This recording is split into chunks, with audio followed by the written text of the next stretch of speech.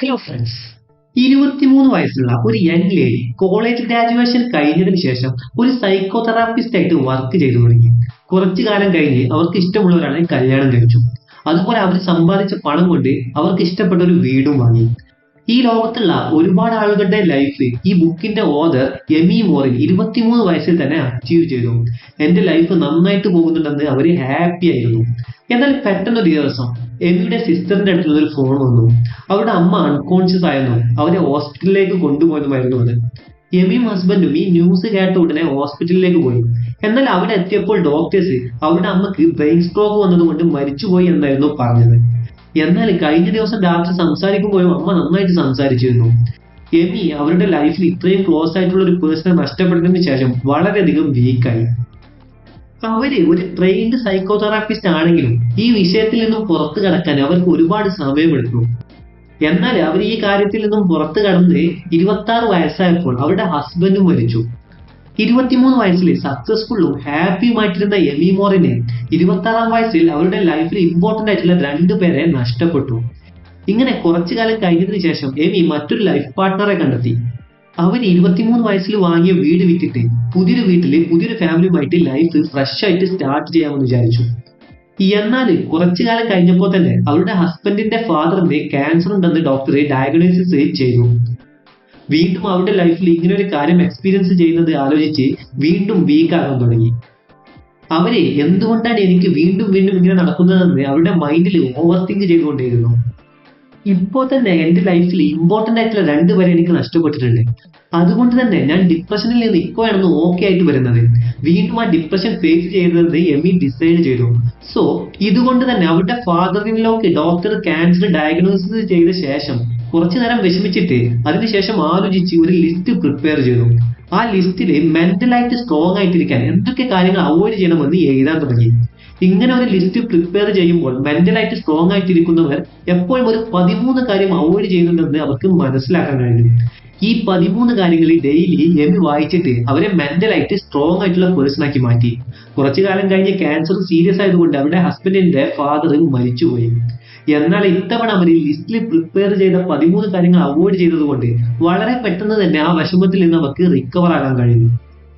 ഇതവർക്ക് useful ആയതുകൊണ്ട് ഒരുപാട് ആളുകൾക്ക് അത് ഹെൽപ്ഫുൾ ആകുമെന്ന് വിചാരിച്ച് സിമ്പിൾ ആയിട്ട് ഒരു ബ്ലോഗ് പോസ്റ്റ് എഴുതി എമി പബ്ലിഷ് ചെയ്തു.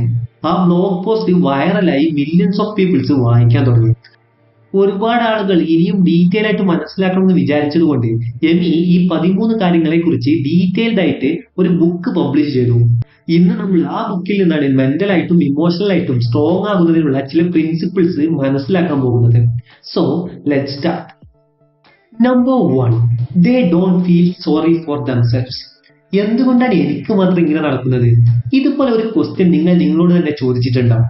ഇങ്ങനെ ഒരു ക്വസ്റ്റ്യൻ നിങ്ങൾ ചോദിച്ചിട്ടുണ്ടെങ്കിൽ നിങ്ങൾക്ക് എന്തെങ്കിലും ഒന്ന് അൺഫോർച്ചുനേറ്റഡ് ആയിട്ട് നടക്കുമ്പോൾ ഒരു വിക്ടിം മൈൻഡ് സെറ്റിൽ നിങ്ങൾക്കൊരു സോഫ്റ്റ് കോർണർ ഉണ്ടാകും.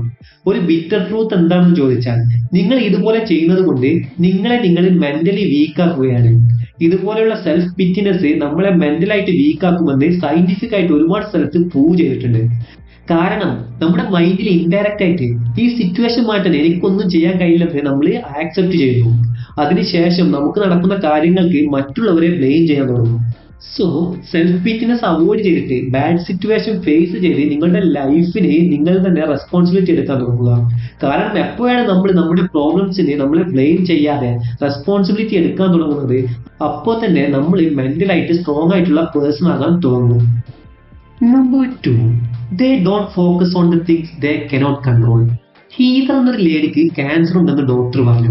ഈ ന്യൂസ് വന്നപ്പോൾ അവർക്ക് വെറും 3 മാസമായ ഒരു കുട്ടി ഉണ്ടായിരുന്നു. ക്യാൻസർ ഉണ്ടെന്ന് മനസ്സിലാക്കിയ ശേഷം അവർ കീമോതെറാപ്പി, റേഡിയോതെറാപ്പി ഇതുപോലെ ഒരുപാട് മെഡിക്കൽ ട്രീറ്റ്മെന്റ്സ് എടുത്തു. ആ ട്രീറ്റ്മെന്റ് ഒക്കെ വർക്കായി അവരുടെ ക്യാൻസറും ക്യൂറായി. എന്നാൽ ആ ക്യാൻസർ വീണ്ടും വരാനുള്ള ചാൻസസ് കൂടുതലാണെന്ന് അവർക്കറിയാം. അതുകൊണ്ട് അവരില്ലെങ്കിൽ അവരുടെ കുട്ടി ആര് നോക്കുമെന്ന് ഹീതർ ഭയക്കാൻ തുടങ്ങി. എന്നാൽ അവർക്ക് വീണ്ടും ക്യാൻസർ വരുമോ ഇല്ലയോ എന്നുള്ള കാര്യം അവരുടെ കയ്യിലല്ല എന്ന് അവർക്കറിയാം.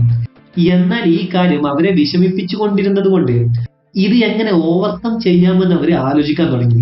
ഇങ്ങനെ ആലോചിക്കുമ്പോൾ അവരൊരു പ്ലേറ്റ് എടുത്ത് ഒരു മാർക്കർ യൂസ് ചെയ്ത് അതിൽ അവരുടെ കൺട്രോളിൽ ഇല്ലാത്ത കാര്യങ്ങളെല്ലാം എഴുതാൻ തുടങ്ങി. അതിനുശേഷം വീടിന് പുറത്ത് ഒരു ഫയർ ക്രിയേറ്റ് ചെയ്ത് ഈ പ്ലേറ്റ് പൊട്ടിച്ച് ആ ഫയറിലേക്ക് ഇട്ടു. ഇത് വ്യത്യസ്തമായിട്ടുള്ള കാര്യമാണെങ്കിലും അത് അവരുടെ സാഡ്നെസ് ഓവർകം ചെയ്യുന്നതിന് അവരെ ഹെൽപ്പ് ചെയ്തു. ഇങ്ങനെ അവരുടെ കൺട്രോളിൽ ഇല്ലാത്ത കാര്യങ്ങൾ ഒരു പ്ലേറ്റിലേരി അത് തീയിലെറിഞ്ഞ് പൊട്ടിച്ച് ഇനി അതിനെക്കുറിച്ച് ഞാൻ ചിന്തിക്കില്ല എന്ന് വിചാരിച്ചത് കൊണ്ട് അവർക്ക് ഹെൽത്തി ആയിട്ടും ഹാപ്പി ആയിട്ടുമുള്ള ലൈഫ് ജീവിക്കാൻ പറ്റി.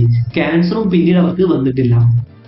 ഇപ്പോഴും ഈതർ ഇതുപോലെയുള്ള ക്യാൻസർ പേഷ്യൻസിന് ഹെൽപ്പ് ചെയ്യുന്നതിന് ഇയർലി ഒരു ഇവന്റ് കണ്ടക്ട് ചെയ്ത് അവരുടെ കൺട്രോളിൽ ഇല്ലാത്ത കാര്യം ഒരു പ്ലേറ്റിലേരി ഫയറിലിട്ട് പൊട്ടിക്കാൻ പറഞ്ഞ് മറ്റുള്ള ക്യാൻസർ പേഷ്യൻസിനെ ബെറ്റർ ആയിട്ട് ഫീൽ ചെയ്യാനും മെന്റലായിട്ട് സ്ട്രോങ് ആകാനും ഹെൽപ്പ് ചെയ്യുന്നുണ്ട്. സോ നിങ്ങളുടെ ലൈഫിൽ ഫേസ് ചെയ്യുന്ന ചെറിയ ചെറിയ കാര്യങ്ങൾ, ഉദാഹരണത്തിന് നിങ്ങളുടെ ബോസ് എപ്പോഴും നിങ്ങളോട് റൂഡായിട്ട് സംസാരിക്കുന്നത്, എപ്പോഴും ടെൻഷൻ ആയിട്ടിരിക്കുന്നത്, നിങ്ങളുടെ friends or family members, weather, traffic jam, ഇതുപോലെ നിങ്ങളുടെ കൺട്രോളിൽ ഇല്ലാത്ത കാര്യങ്ങൾ ഫോക്കസ് ചെയ്ത് നിങ്ങളുടെ ടൈം വേസ്റ്റ് ചെയ്യാതിരിക്കുക.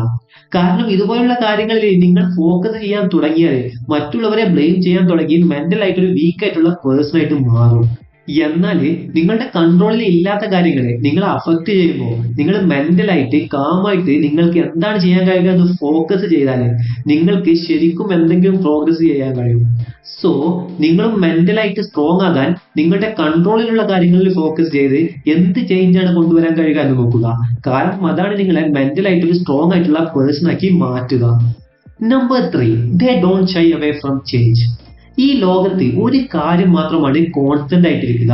അതെന്താണെന്ന് ചോദിച്ചാൽ ചേഞ്ച്. മെന്റലി സ്ട്രോങ് പീപ്പിൾസ് ഇത് മനസ്സിലാക്കിയിട്ട് അവരുടെ ലൈഫിൽ എന്തെങ്കിലും ചേഞ്ചസ് എക്സ്പീരിയൻസ് ചെയ്യുമ്പോൾ അത് ഫേസ് ചെയ്യാൻ തുടങ്ങും. എന്നാൽ മെന്റലായിട്ട് വീക്ക് ആയിട്ടുള്ളവർ യൂഷ്വലായിട്ട് ചേഞ്ചസ് അവോയ്ഡ് ചെയ്യാനാണ് നോക്കുക. ഈ കാരണം കൊണ്ടാണ് മെന്റലി വീക്ക് ആയിട്ടുള്ളവർ പുതിയ ഹാബിറ്റ്സ് ഫോം ചെയ്യാനും അവരുടെ കംഫർട്ട് സോൺ വിട്ട് പുറത്തു പോകാനും പേടിക്കുന്നത്. എല്ലാ കാര്യങ്ങളും മുമ്പ് എങ്ങനെയാണ് ഉണ്ടായിരുന്നത്, ഒരു ഗ്രോത്തും ഇല്ലാതെ അങ്ങനെ തന്നെ ഉണ്ടാകണമെന്നാണ് അവർ വിചാരിക്കുക. സോ നിങ്ങളും മെന്റലായിട്ട് ഒരു സ്ട്രോങ് ആയിട്ടുള്ള പേഴ്സൺ ആയിട്ട് മാറാൻ ചേഞ്ചസ് അവോയ്ഡ് ചെയ്യാതെ പോസിറ്റീവ് ചേഞ്ചസ് ആക്സെപ്റ്റ് ചെയ്യാൻ നോക്കുക. അത് മെന്റലായിട്ട് നിങ്ങളെ ഒരു സ്ട്രോങ് പേഴ്സൺ ആക്കി മാറ്റും. Number 4, they don't try to please everyone. ഒരു ഓസ്ട്രേലിയൻ നഴ്സ് അവരുടെ ലൈഫ് ടൈം എക്സ്പീരിയൻസിൽ അവരുടെ കൺമുമ്പിൽ വെച്ച് ഒരുപാട് പേഷ്യൻസ് മരിക്കുന്നത് കണ്ടിട്ടുണ്ട്. അവിടെ അവര് റിയലൈസ് ചെയ്ത കാര്യം എന്താണെന്ന് ചോദിച്ചാൽ മനുഷ്യര് മരിക്കുന്നതിന് മുമ്പ് അവർക്കുണ്ടാകുന്ന റിഗ്രറ്റ്സിൽ one of the biggest regret life അവരുടെ ഇഷ്ടത്തിന് ജീവിക്കാതെ മറ്റുള്ളവര് പറയുന്നത് കേട്ട് അവരെന്താണ് പറയുക എന്ന് പേടിച്ച് അതിന് യോജിച്ച പോലെ ലൈഫ് സ്പെൻഡ് ചെയ്തതാണ് ഡെത്ത് ബെഡിൽ കിടക്കുന്ന ഒരുപാട് പേഷ്യൻസിന്റെ ബിഗ്ഗസ്റ്റ് റിഗ്രറ്റ് എന്ന് പറയുന്നു. നമ്മുടെ ലൈഫിൽ എപ്പോഴും മറ്റുള്ളവർ എന്ത് വിചാരിക്കുമെന്ന് പറഞ്ഞ് നമുക്ക് ഇഷ്ടമില്ലാത്തൊരു കാര്യം ചെയ്യാൻ പറയുമ്പോൾ അത് ആക്സെപ്റ്റ് ചെയ്യും.